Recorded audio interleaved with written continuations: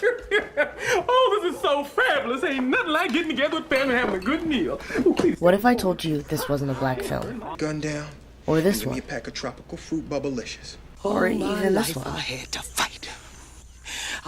At least through the current standards, that is. Film is integral to our cultural identity. We routinely take the ideas of our dearest films seriously and add movie lines to our own personal lexicons. You got knocked the fuck out, man! This is especially true for black films. There's no better example of this than the blaxploitation film movement of the 1970s. Films like Foxy Brown, Blackula, and Coolie High forever changed American cinema and broke the barrier that defined film's black voice. All of these films, including Foxy Brown, which was written and directed by a white man, were produced by AIP, American International Pictures, a majority white production company. Though the empowerment of black people throughout the blaxploitation era remains unparalleled, white filmmakers and studios still controlled most of the films being made specific to black audiences during that time. Hollywood found a huge market in the universality of films with black narratives. This led to many white creative heads making these films, leaving the genre stereotypical and often voiceless. There is a wealth of black cinema, and even more analyses based around it, but it is more often than not presented through a white filter. Mark A. Reed, an assistant English professor at the University of Florida Gainesville, brings this to the forefront in his book, Redefining Black Film. In it, he calls into question the validity of what is currently accepted as the standards of black film theory, noting the broadness of its past iterations as well as the theoretical criteria it is often framed through. Marxist, feminist, and psychoanalytic approaches, while appealing to the most intersectional audience of film, often buries specific black cultural implications.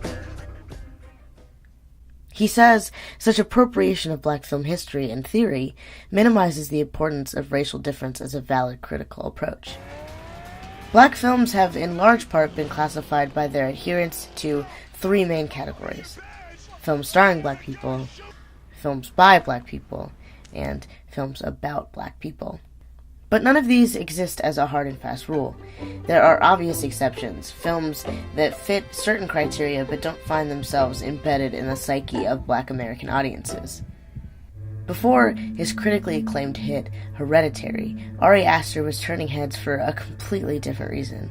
His short film, Strange Thing About the Johnsons, completed as an AFI thesis film, faced backlash after depicting an all-black cast and this strange incest thriller.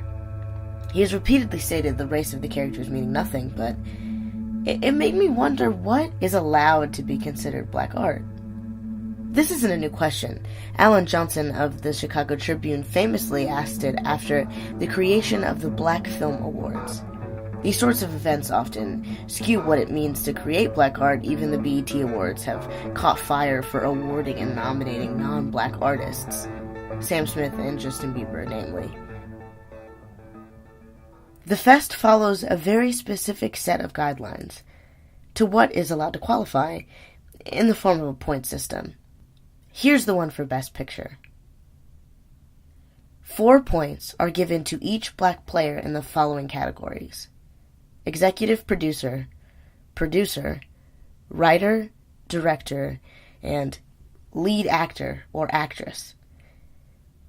2 points are given for each supporting actor and or actress. A film must have amassed a total of 8 points. Film scholar Rami Crawford offers a more broad answer. I think black film is a film work that takes into account in some way the relationship between African Americans or blacks from the African diaspora to the filmmaking practice, means, and industry. The lines are blurry, but I think this gets the closest to understanding the relationship between blackness and art. Whether or not Coming to America was written or directed by someone black, they were all white, there's a key component that remains the same across the board.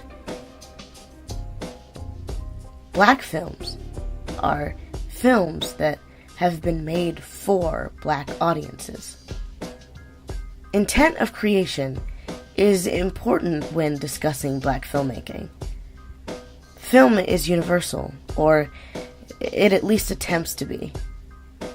There's even an entire subgenre whose stories originate from films starring and creatively headed by white people, recreated in order to cater to a black audience. This is your soul plane chauffeur. In a way, these films are able to create a cultural connotation completely separate from the original from which it's based. Even using this algorithm, though, one of the most culturally impactful films of the last century don't make the cut. Ricky! Don't show. I don't care about what's going on in the hood. Boys in the Hood is an undeniably black piece of art, but it was in large part created for white audiences to understand what was going on in the lives of black families in South Central LA. Despite the idea that the film may have been created to raise some sort of white consciousness, Boys in the Hood is able to provide a space and vulnerability to the experience, rarely seen in black filmmaking at the time. The movie for me was kind of like a rap album on film. Just like the rappers were speaking out in music, that's what I wanted to do. And my attitude was, if only black people go see this movie, then it's going to be a huge hit and fine. But if anybody is cool enough and understands what we're trying to do here, then fine too. I would say it has more to do with the authenticity of it. Like any other group, black people are more accepting of good art, something that provides a unique and relatively honorable telling of their lives. Accuracy allows for self-identification of the familiar, and overly generalized versions of the world often fall flat and feel disingenuous. Black films aren't clear-cut, and they shouldn't be. House Party director Reginald Hudlin believes using race as a genre marker in general is limiting.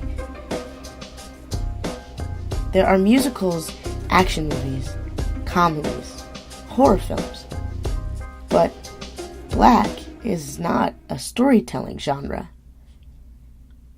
But there is an overwhelming black experience that unifies us as a community and people.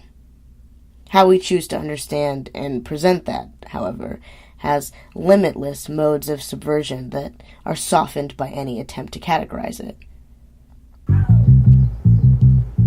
Film, like all art, is open to interpretation. Black film is important in the way that it allows black people to create a mirror to understand what's going on in the world, to see themselves, to see the world reflected back at them. Regardless of whether we are able to define it conclusively.